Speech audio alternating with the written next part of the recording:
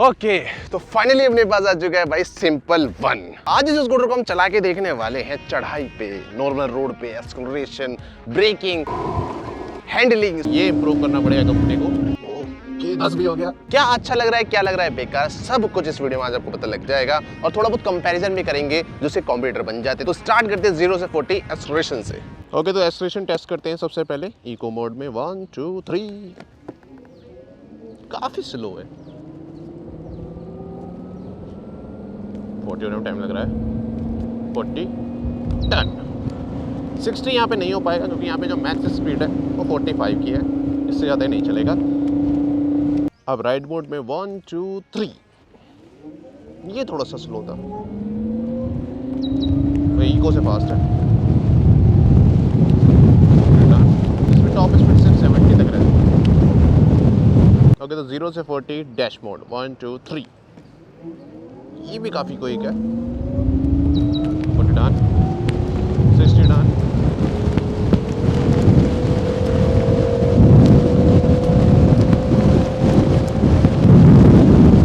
90 done. Okay तो acceleration test कर लेते हैं। पीछे मुझे कोई नहीं दिख रहा है तो 1 2 3 सोनिक मोड। 40 डन, 60 डन,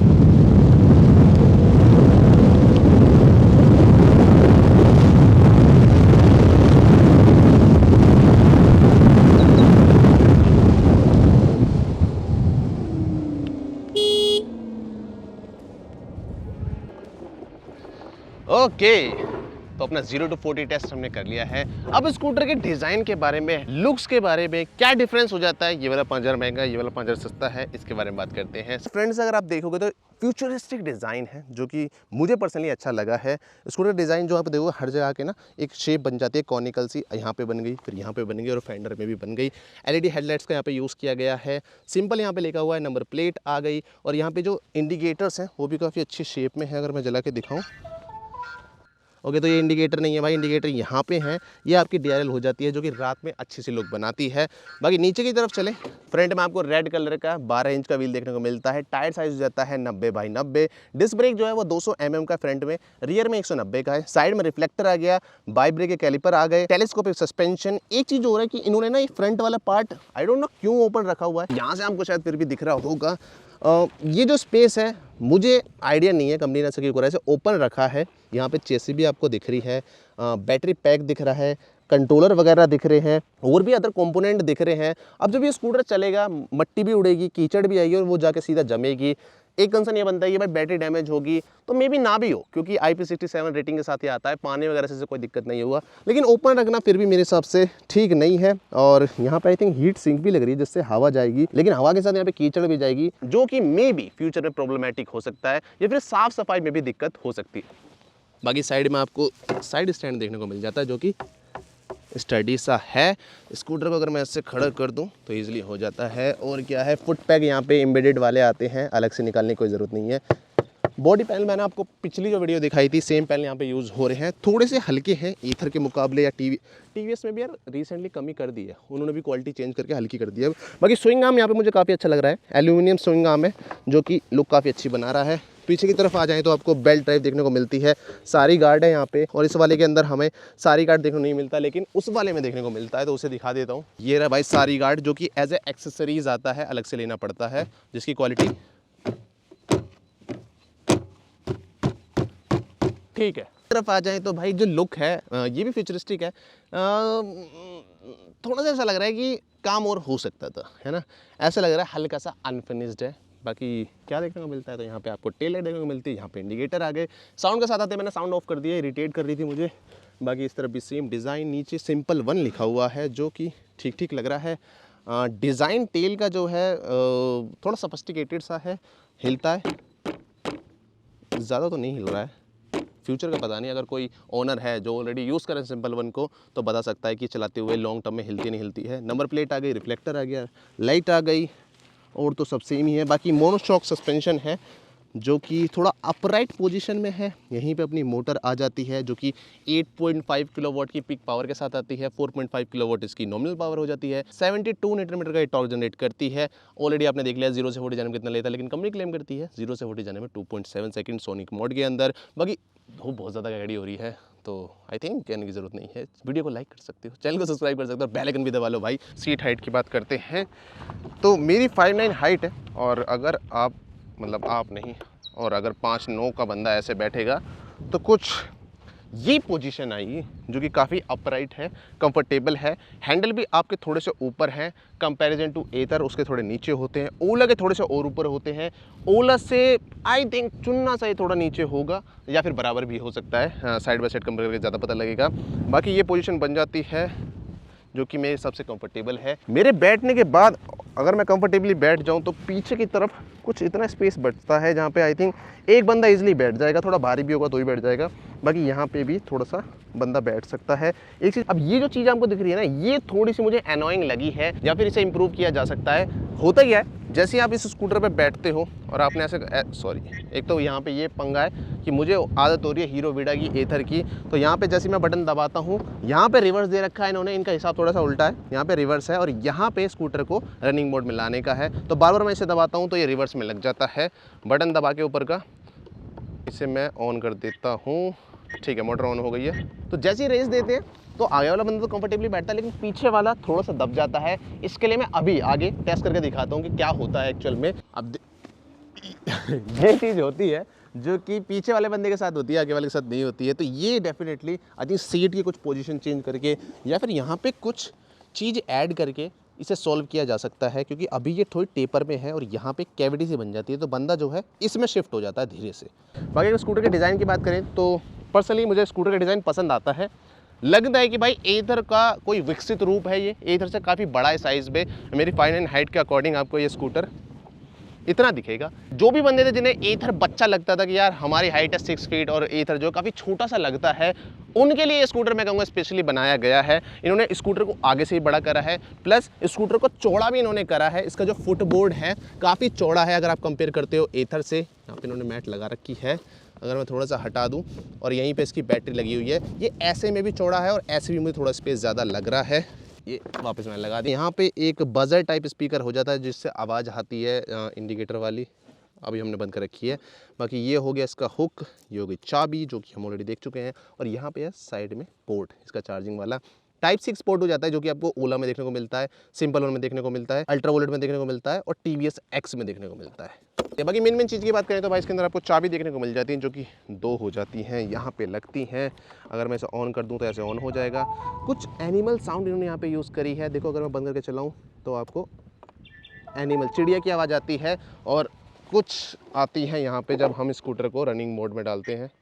ये कुक कुक आती है, चिड़िया किसी आवाज़ है। ये भी ये कुछ किसी कह सकते हैं, मरखने भैंसे की या आई डोंट नो, बट हाँ थोड़ी यहाँ पे इन्होंने चिड़िया वगैरह से इंस्पिरेशन ज़्यादा ली है। स्कूटर को स्टार्ट करने के लिए हमें ये वाले बटन का यूज़ करना है। ये वाला ब्रेक दबाया उल्टे हाथ का और ये दबाया और ये रनिंग मोड में आ चुका है। बाकी सीट कुशनिंग की बात करें तो मुझे अच्छी लगी है। बहुत ज़्यादा स्टिफ भी नहीं है, बहुत ज़्यादा सॉफ्ट भी नहीं है। बूट स्पेस एक बार ओपन कर देते हैं यहीं से खुल जाता है। तो यहाँ पे आपको 30 लीटर का बूट स्पेस देखने को मिलता है, जहाँ पे मैंने चार्जर भी रख दिया है, एक बैग रखा है, पानी की बोतल है। ये जो बैटरी है आप एक बार पुश करोगे ऐसे और ये निकल जाती है, जो कि 1.3 किलोवाट आवर की है। और मेन बैटरी आपकी नीचे है, जहाँ पे एथर लगाता है वहीं पे लगा रखी है। इसे लगाना भी ठीक ईजी है और बैटरी लग चुकी है। यहाँ पे आ जाती है लाइट, और ये हो जाता है भाई इसका 750 वाट का 750 वाट का चार्जर, जो कि कुछ इस प्रकार का दिखता है। और इस तरफ आपको 3 पिन प्लग 16 एम्पियर वाला। ठीक है, ये आ गई फर्स्ट एड किट।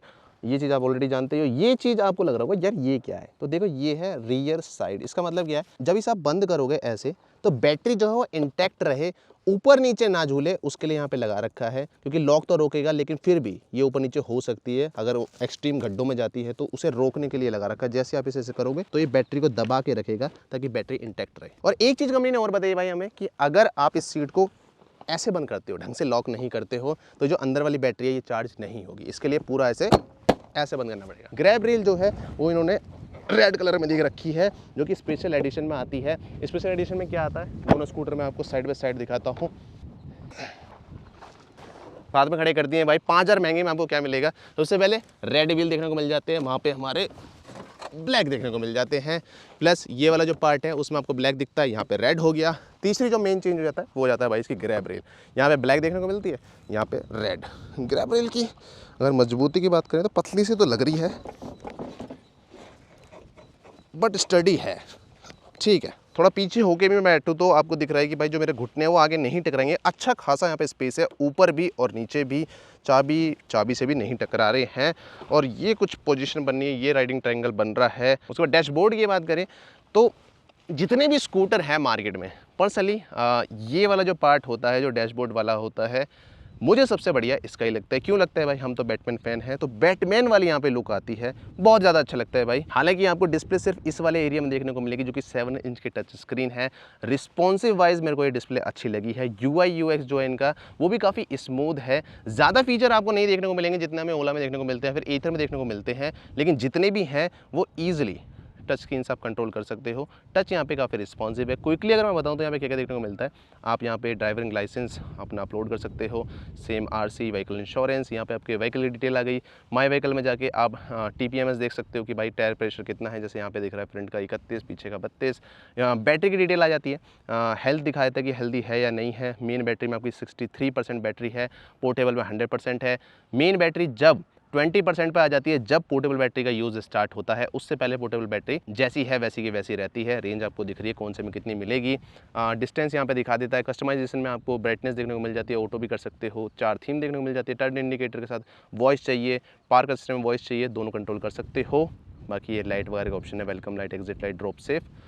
कनेक्टिविटी में आपको वही मोबाइल की नोटिफिकेशन है यहीं पे आ जाएंगी, व्हाट्सएप चला रहे हो वगैरह वगैरह सब ये देखने को मिल जाएगा। एमरजेंसी कॉन्टैक्ट में अभी एक्टिवेटेड नहीं है, आप 2 इमरजेंसी कॉन्टैक्ट डाल सकते हो। एक्सीडेंट होता है तो उनके पास ऑटोमेटिकली स्कूटर की लोकेशन के साथ मैसेज चला जाता है।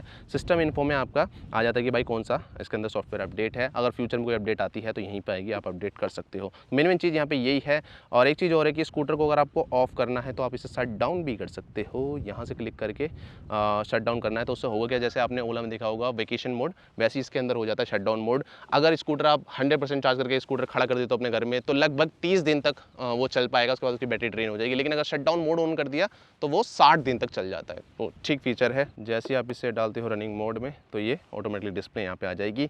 और यहाँ पे क्या देखने को मिलता है, तो करंट ट्रिप जो होती है यहाँ पे, जो कि आप यहाँ से सेलेक्ट कर सकते हो। ये आगे करंट ट्रिप का सीन ये है कि अगर आप स्कूटर को चलाते हो और 15 मिनट के लिए बंद कर देते हो, ये अपने आप जीरो हो जाती है। बाकी ट्रिप भी जितनी आप चलाते हो उतनी की उतनी रहती है।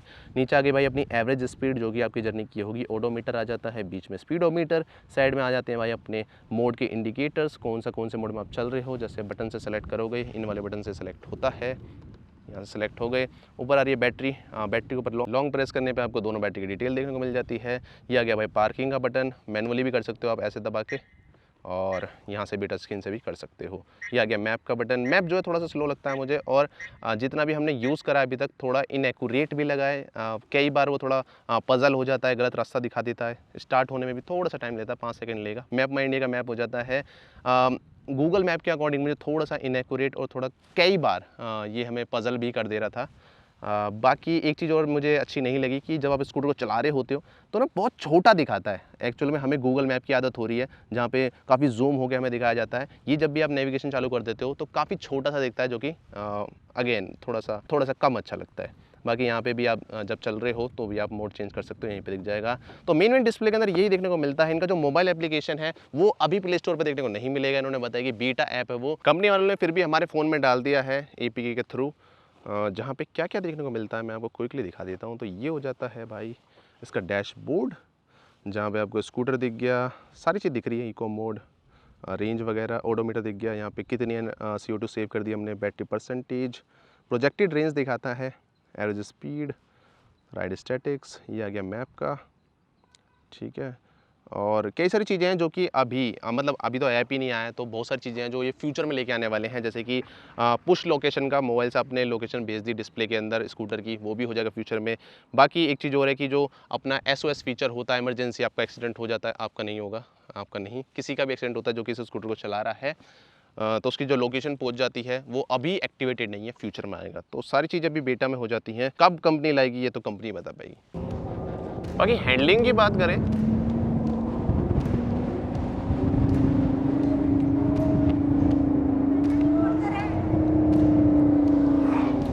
बाकी हैंडलिंग की बात करें तो स्कूटर इज एजाइल इनफ, लेकिन यस इसकी जो सेंटर ऑफ ग्रेविटी है या फिर जो एजिलिटी है वो मुझे ईथर जितनी तगड़ी नहीं लगी, और वो होगी भी नहीं। रीज़न ये है कि फुटबोर्ड में यहाँ पे बैटरी पैक लगा हुआ है, लेकिन एक बैटरी पैक पीछे बूट स्पेस में भी है जो कि खड़ा हुआ है, जिसकी वजह से डेफिनेटली सेंटर ऑफ ग्रेविटी थोड़ी सी ऊपर हो जाती है, तो वो चीज़ है। लेकिन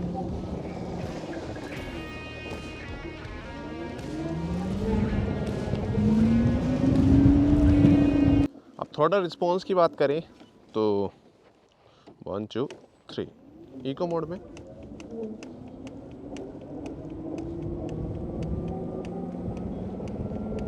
हाँ, जैसा इको मोड में होना चाहिए या होता है वैसा ही हमें दिख रहा है यहाँ पे। ठीक,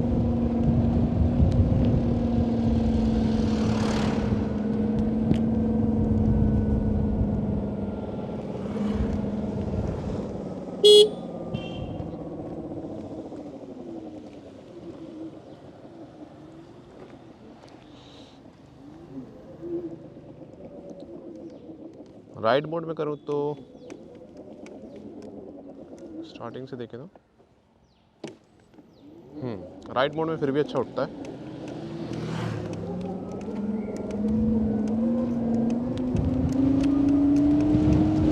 ठीक है, गुड। अब मैं चेक करता हूँ थोड़ा डैश मोड में।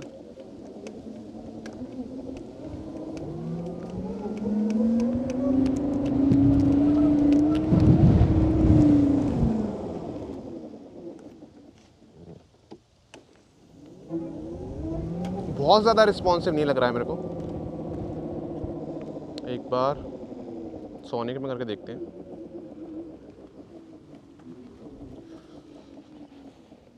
सोनिक में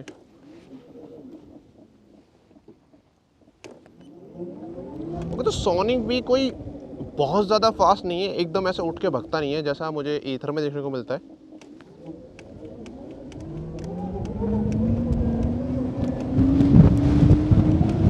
हाँ, तो गैप है। जैसे आप थ्रॉटल देते हो बहुत ज़्यादा इंस्टेंट नहीं है जैसा हमें ईथर में देखने को मिलता है, उससे थोड़ा सा मुझे डिले लगता है यहाँ पे।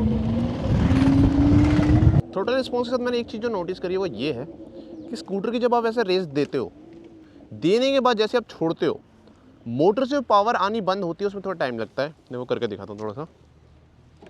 मैंने 1 2 3, ठीक है। डोंट नो कि आपको दिख रहा है कैमरा में, लेकिन रियल लाइफ में फील हो रहा है।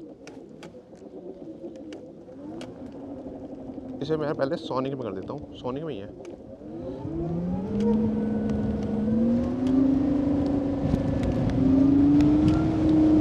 I don't know accelerator assembly में कोई दिक्कत है, लेकिन बहुत मिली सेकेंड का यहाँ पे आपको एक डिफरेंस देखने को मिलता है।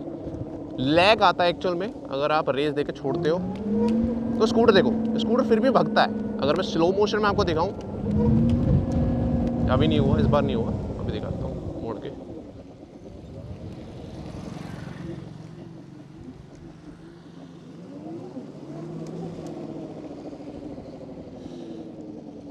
अब देखना, तो 1 2,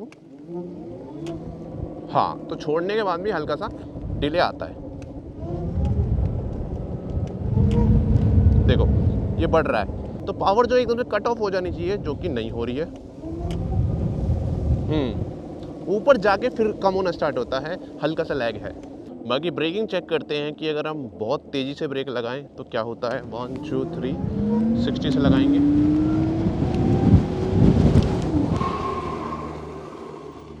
ओके, तो व्हील लॉक होके स्लिप लग जाती है, बट ठीक है, कंट्रोल हो जाता है। बहुत ज़्यादा स्पीड पे मे बी और थोड़ा फिसल सकता है, बाकी डिपेंड करता है राइडर की एबिलिटी पे, उसकी स्किल्स पे। तो अभी ब्रेकिंग में तो काफ़ी दूर तक स्लिप होता हो गया था। अब मेरे को एक चीज़ चेक करनी है कि अगर मैं ब्रेक मारता हूँ विद रीजन तो क्या होता है। तो 1 2 3 60 तक ले जाते हैं।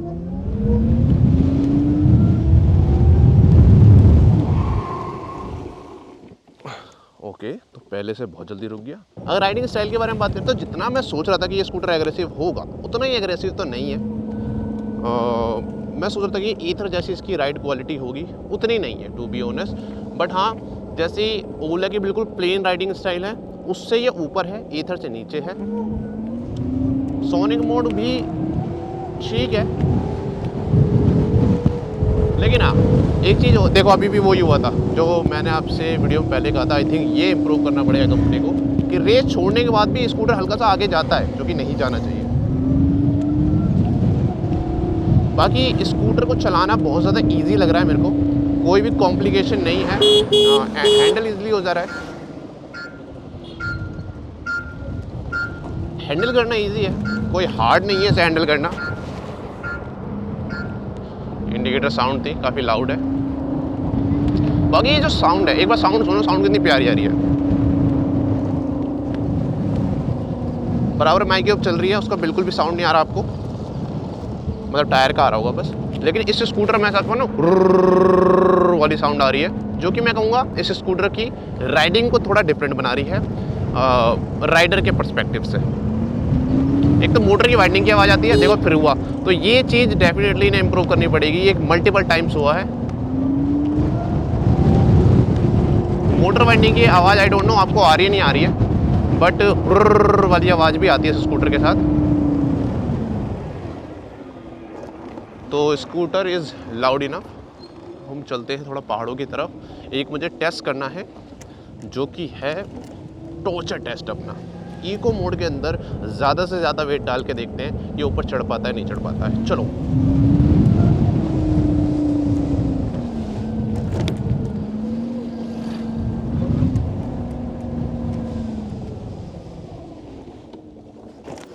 ओके, तो सस्पेंशन जो है बहुत ज़्यादा सॉफ्ट नहीं है। ओके, हार्ड तो है, not soft like Ola. Ether के नियर ज़्यादा हैं, जैसे ईथर के थोड़े स्टिफ सस्पेंशन है तो इसके भी स्टिफ ही हैं।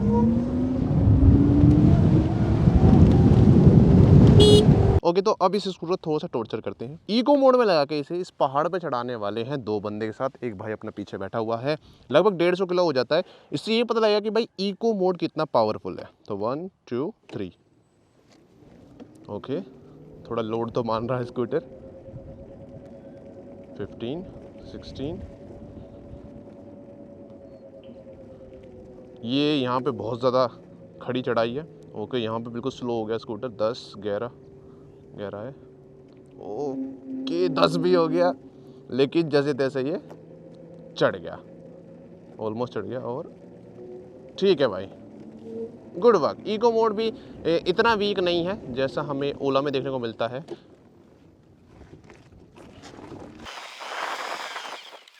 तो इको में चढ़ के इसने इस टेस्ट को पास कर लिया है। अब चलते हैं सोनिक में, सबसे हैवी में कितना चलता है। तो 1 2 3